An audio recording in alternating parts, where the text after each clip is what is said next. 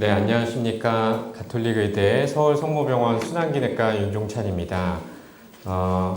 이렇게 평일날 오후인데 많이 참석해 주셔서 감사하고, 내용을 많이 복잡하게 설명하기보다 저희가 간략하게 설명드리고, 신부전에 대해서 궁금하셨던 게 있다 그러면은 이런 계기를 통해서 질문하셔도 좋을 것 같고, 또 나중에 이렇게 운동하는 거 배워보는 시간도 있습니다. 이 자리에서 그냥 앉은 자리에서 쉽게 할 수 있는 운동 같은 거 배워볼 수 있게도 저희가 시간을 마련했으니까 잘 들어주시면 좋을 것 같습니다.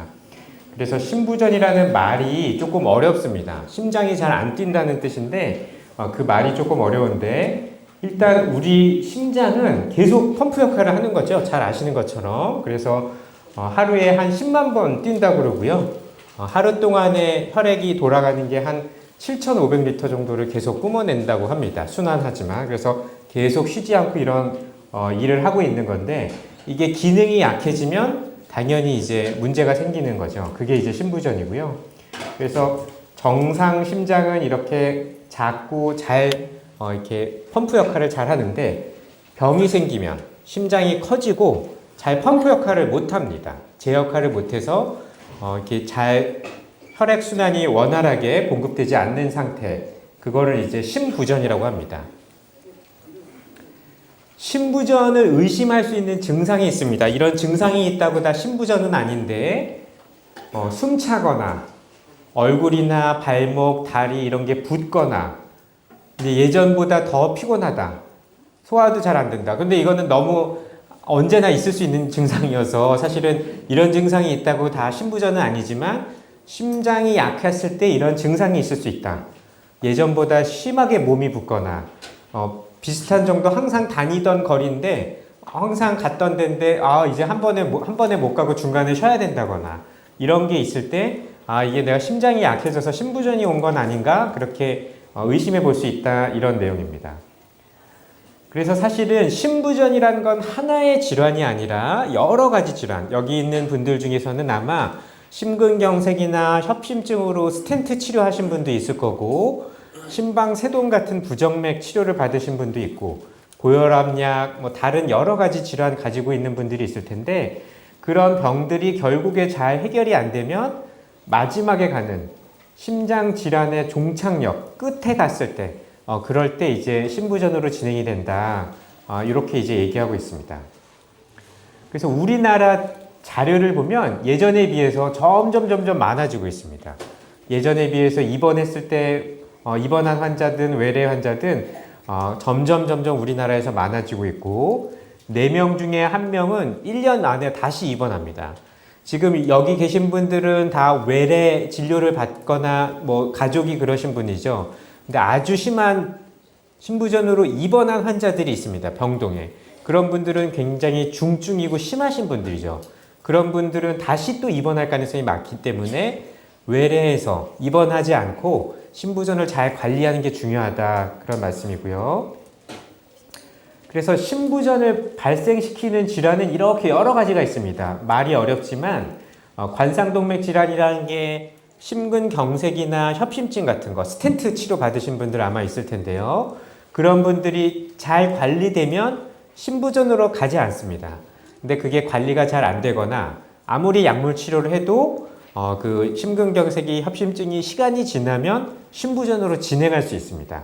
또 혈압이 잘 조절이 안 돼도 그럴 수 있는데, 우리나라는 비교적 여기 이렇게 오신 분들만 해도 병에 대해서, 자기 건강에 대해서 관심이 많으시니까 혈압이 조금 높아도 약 잘 조절 받으시고 그러는데, 다른 나라는 아직 그렇지 않습니다. 그래서 혈압이 조절이 안 돼도 신부전이 올 수 있고, 또 이것도 이름이 어렵지만 심방세동이라는 부정맥, 맥이 불규칙하게 뜨는 그런 질환이 또 조절이 안 돼도 신부전으로 올 수 있습니다. 아마 이 중에는 많은 수는 아니지만 심장 판막 수술이나 시술을 한 분도 있을 겁니다. 대동맥 판막, 승모 판막, 이런 거 판막 질환도 잘 해결이 안 되면 이것 때문에 이제 신부전으로 갈 수 있고요. 또 드물지만 심장 근육 자체에 병이 생기는 게 있습니다. 그걸 이제 심근병증이라고 하는데, 비율성 심근증, 심장벽이 두껍다, 아니면 심장벽이 얇아졌다, 심장벽이 딱딱해졌다, 뭐가 침착된다, 이렇게 조금씩 다 어려운 표현이지만 하여간 근육 자체의 병이 있을 수 있고, 심장에는 큰 병이 없는데 전신의 질환, 뭐 갑상선 기능이 항진이 너무 심하다든지 아니면 빈혈이 심하다든지 이럴 때도 아주 드물지만 신부전이 생길 수 있습니다. 그래서 신부전을 생길 수 있는 병은 굉장히 많은 거죠. 이렇게 보면. 그러니까 자기가 하나의 질환을 잘 관리하면 신부전으로 심장 펌프 기능이 약해지는 걸 막을 수 있지만, 그 갖고 있는 심장병 하나가 잘 조절이 안 되면 심장 펌프 기능이 약해지는 마지막 단계로 진행할 수 있다. 그게 이제 신부전에 대한 개념이라고 말씀드릴 수 있겠고요. 그래서 우리나라 신부전 통계를 보면 20년 동안 한 4배가 올라간 걸로 되어 있습니다. 이렇게 4배가량 많이 올라가는 이유는 일단 우리나라 인구 구조가 고령화되고 있습니다. 나이가 점점 많아지고 있고, 또 신부전을 일으킬 수 있는 선행질환, 그 앞선 질환, 그런 게 보통은 이제 당뇨병이나 아니면 앞서 말씀드린 심근경색 협심증 같은 혈관의 병, 이런 것들이 늘어나고 있고, 또 급성기에 치료해서 잘 고비를 넘겼으면 판막 시술이나 수술하거나 스텐트 치료를 했으면 그걸로 잘 고비를 넘기면 좋은데, 그런 환자분들이 결국 한 10년, 20년, 30년 지나면 신부전으로 진행할 수 있습니다. 그래서 그런 것 때문에 우리나라에서도 이런 신부전 환자들이 아주 급격하게 빠르게 늘어나고 있는 거고요. 그래서 여러 가지 이유 때문에 이제 신부전이 생기는 걸로 잘 알려져 있고, 그러면 이런 신부전 진단 어떻게 하냐? 병원에 오시게 되면 오늘 강의하시는 정미영 교수님이나 다른 이런 교수님들이 일단 진찰하는 거죠. 아까 말씀드린 것처럼 이런 숨차거나 붓거나 신부전에 더 특이한 증상이나 징후가 있는지, 그런 거를 또 뭐 가족력이 있는지, 예전에 무슨 치료를 받은 적이 있는지, 요즘에는 암 치료들이 좋아졌잖아요. 그래서 여기도 아마 암 치료 받으신 분들도 있을 텐데, 수술이나 항암 치료나 방사선 치료 받으면, 그리고 이제 암이 완치되고 5년 넘으면 이제 암 생존자인 거죠. 근데 그런 분들 중에 항암 치료나 방사선 치료가 또 심장에 약하게 하는 경우도 있어요. 암을 치료하려고 하는 거지만 부득이하게. 그럼 그런 병력들, 어떤 다른 병 진료받은 게 있나, 이런 걸 보고, 여기 있는 것처럼 이 엑스레이를 보면 일단 아주 자세하게는 모르지만 심장이 정말 터져 있는지, 폐나 늑막에 물이 차 있는지, 이런 거 볼 수 있어서 이런 엑스레이, 흉부 X선이라고 하는 거. 그 다음에 누워서 이렇게 심전도 전극 붙이고 찍는 거 아마 여기 있는 분들은 한 번쯤은 다 찍어 보셨을 텐데, 그 심전도를 찍어서 부정맥이 있지 않는지, 아니면은 신부전이 같이 있을 만한 다른 문제가 없는지, 그런 걸 보고 혈액 검사도 합니다. 그래서 이런 기본적인 검사, 의사 만나서 이렇게 물어보고 진찰해보고 엑스레이, 심전도, 피검사는 대부분 첫 번째나 두 번째 만날 때 하는 거고, 그래서 정말 신부전이 의심이 된다. 그러면 그 다음에 뭐 심장 초음파 검사, 심장 CT 검사, 아니면은 MRI 검사, 뭐 입원해서 하는 혈관 검사, 이런 걸 할 수도 있습니다. 이런 검사들은 모든 환자들이 다 하는 건 아니고 필요한 환자한테서 이제 진행을 하는 걸로 되어 있습니다. 그래서 이 신부전을 이렇게 단계를 나눠 놨습니다. 단계를. 이게 뭐 영어로 써 있어서 조금 그러실 수도 있는데, 어쨌든 가장 위험인자만 됐고 신부전에 아직 생기지도 않은 거, 그다음에 맨 마지막은 어떤 거를 해도 치료가 잘 안 되는 거, 이렇게 단계별로 돼 있다는 겁니다. 그래서 맨 밑에부터 오히려 보시면 약물 치료나 시술, 기구, 이런 거 오늘 저희가 좀 설명드릴 건데, 그런 어떤 치료를 해도 일상생활을 못하는 분들이 있습니다. 이렇게 건강하게 어디 병원에 와서 걸어 다니고 이런 거 못하시는 분들이 있어요. 숨차고 부어서 거의 집안에서도 화장실만 갈 정도거나, 아니면 하여간 생활이 어려운 분들이 있어요. 아무리 뭘 해도, 수술이나 시술이나 약물 치료를 해도. 그런 분들은 만약에 해당이 된다, 그러면은 심장 이식이나 심장 펌프 역할을 대체해주는 좌심실 보조장치라는 펌프 같은 거를 개용 수술하는 큰 수술을 해야 되는 그런 마지막 단계, 아주 끝 단계가 있는 거고요. 대부분은 요 세 번째입니다. 심장의 구조나 기능에 이상이 있고 숨차고 붓고 와서 신부전이라고 진단을 받았는데, 약물 치료나 간단한 오래 걸리지 않고 짧게 입원해서 할 수 있는 시술이나 기구 치료하면 다시 일상생활을 할 수 있는 경우, 아마 이분들 중에도 신부전이지만 예전에 입원해서 막 힘들었던 적이 있지만 약물 치료하고 나서는 다시 지금 일상생활 잘 하시는 분들이 있을 거거든요. 그런 부분들은 요 C, 세 번째에 해당하는 거고요. 두 번째는 뭐냐면 건강검진이나 요즘에 많이 하시니까 나라에서도 하고 그냥 개인이 병원 가서도 건강검진 하니까 자기는 증상이 불편한 게 전혀 없었는데 뭐 숨차거나 붓거나 일상생활하는 거 힘든 거 없었는데 가서 엑스레이 찍어보니까 심장이 커져 있다. 건강검진할 때 초음파 해보니까 뭐가 좀 안 좋다. 병원에 가서 좀 확인해 봐야 된다. 그런 얘기 들은 분들이 요 B에 해당합니다. 그러니까 우연히 발견된 거죠. 검진하다가. 아직 뭐 증상이 있거나 힘든 건 없는 거예요. 근데 이런 거를 단계를 만들어 놓은 이유가 요때부터 잘 관리를 해야 아직 증상이 생기진 않았지만 만약에 이런 두 번째 단계에 있는 에서 발견이 잘 되면 고혈압이나 당뇨병이나 부정맥이나 이런 걸 잘 관리하고 치료를 잘하면 신부전으로 진행하지 않을 수 있다는 거죠. 더 진행하면 막 심장 이식까지 해야 되니까 그거는 힘들고 어려운 치료기도 하고 돈도 많이 들고 환자도 고생하고 그러니까요.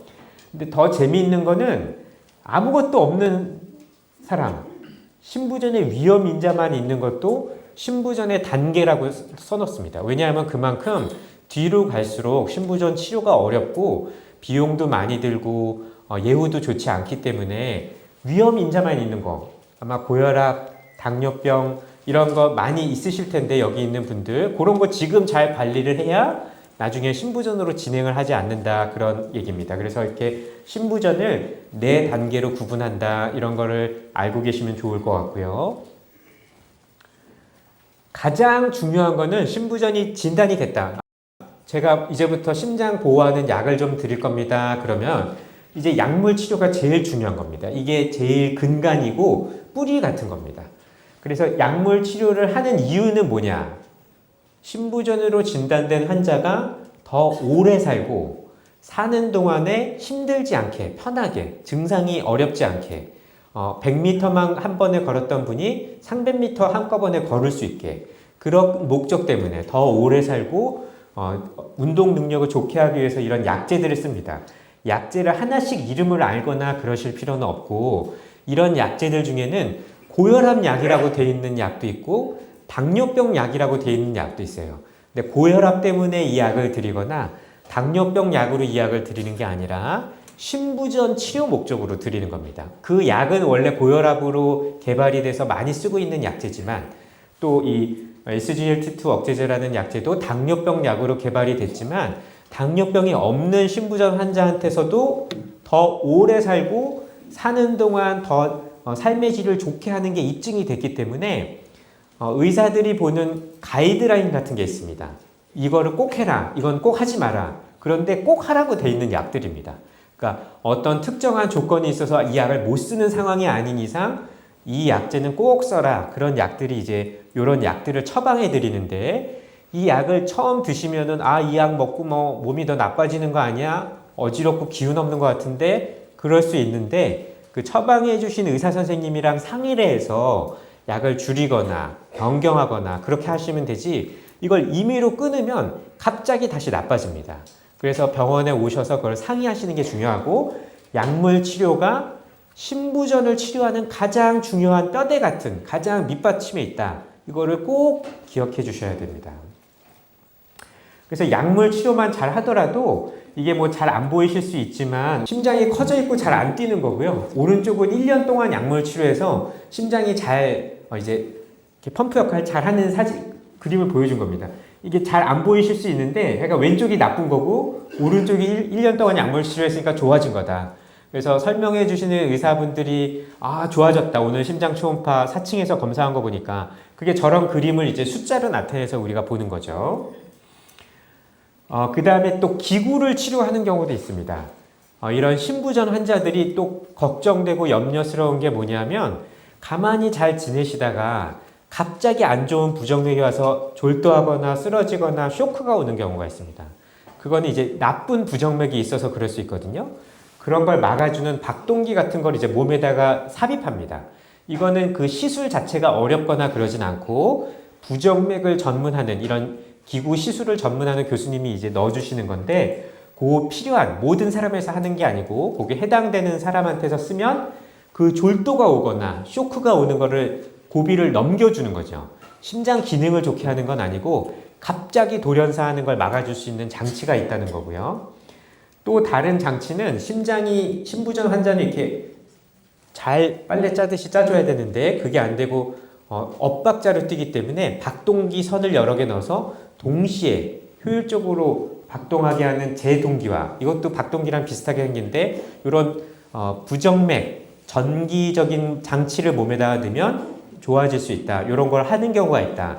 이거는 모든 신부전 환자가 하는 건 아니고 이게 필요한 특정한 환자가 있기 때문에 아마 선생님들이 요게 이제 필요하시게 됐습니다. 그러면은 날짜를 잡아서 짧으면 2박 3일, 뭐 3박 4일 입원해서 시술하고 그냥 퇴원하는 비교적 간단한 시술들입니다.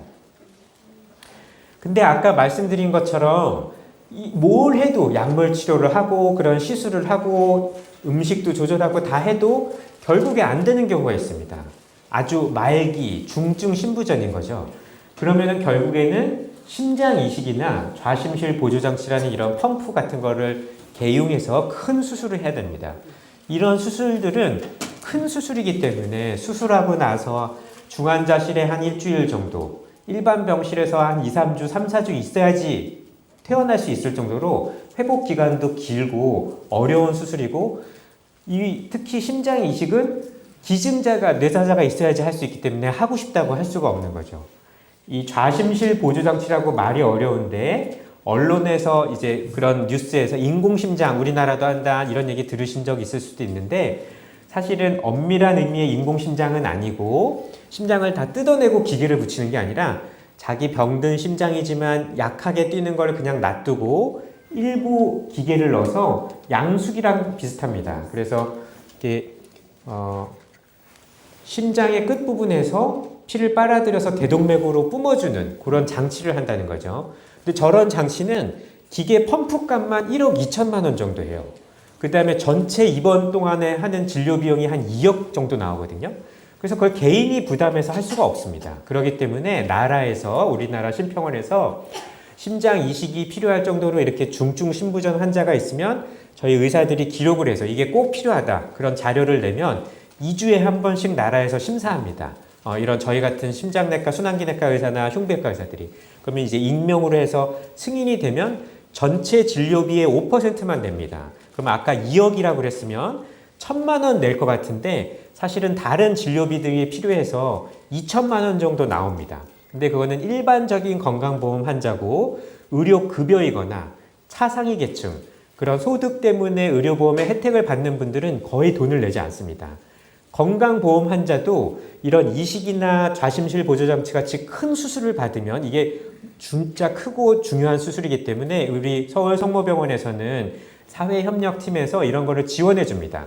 이게 꼭 받아야 되는 환자인데 돈이 없어서 이번에 뭐 2천만 원을 마련하기 어려워서 못 받는 환자들이 없도록 그렇게 하기 때문에 이게 필요한 환자들은 지금 뭐 그게 없더라도 이제 받을 수 있다. 경제적인 도움을 받아서. 근데 절차가 있다. 이런 걸 아시면 좋을 것 같고요. 그래서 약물 치료, 시술, 수술 이런 거를 다 하고 또 식사에 대해서도 오늘 다음 강의에서 아마 또 자세하게 더 말씀해 주실 거고요. 일단 가장 중요한 거는 짜지 않게 드시는 게 제일 중요합니다. 고기나 생선 같은 거 충분히 드시는데 양질의 질 좋은 식사를 하는데 짜지 않게, 너무 기름지지 않게 드시는 게 중요하고요. 운동도 오늘 이제 설명을 더 자세하게 들을 겁니다. 저는 오늘 말씀 자세하게 안 드리지만 그래서 본인이 가능한 범위 내에서 조금씩 계속 운동하는 게 좋다. 아예 안 하는 것보다. 그 다음에 본인이 만약에 신부전 환자가 됐다. 그러면은 붓지 않는지, 숨 차지 않는지, 뭐 아니면은 예전보다 그 운동 능력이 너무 떨어져서 예전에 저기 집 근처에 어디 항상 매일매일 이렇게 다녔었는데 이제 못 간다. 아니면 중간에 막 2번, 3번 쉬어야 된다. 이러지 않는지. 그 다음에 이제 체중계가 있으면 체중을 그래도 뭐 매일 재진 않아도 일주일에 2, 3번 재서 체중이 3kg, 5kg 막 늘어나지 않는지 이런 거를 이제 확인해 볼 필요가 있고 갑자기 너무 어지럽다든지 너무 두그럽고 막 의식 이렇게 어찌해가지고 힘들다. 이런 경우에는 긴급 증상이죠. 그런 경우에는 빨리 병원에 오셔서 진료를 받아야 되는 상황들이 있습니다. 그래서 기존에 있던 여러 가지 혈압이나 약이나 이런 거를 잘하고 특히 금연하셔야 돼요. 담배 태우시는 분들이 있으면 신부전 환자는 절대 담배 태우시면 안 되고 술도 끊어야 된다 생각하셔야 됩니다. 어쨌든 신부전에 대해서 그냥 큰 개괄적인 내용을 말씀드렸고요. 그래서 하여간 가장 중요한 거는 신부전이라는 병은 심장 어떤 병이 있어도 나중에 생길 수 있으니까 지금 본인이 협심증이나 고혈압이나 심방세동 그런 병으로 지금 다니고 계시다면 그 병을 잘 관리해야 신부전을 예방할 수 있고 이미 신부전이 있다면 약물 치료를 잘 주치의 선생님이랑 상의해서 하는 게 중요하다. 이런 내용을 말씀드리고 마치도록 하겠습니다. 경청해 주셔서 감사합니다.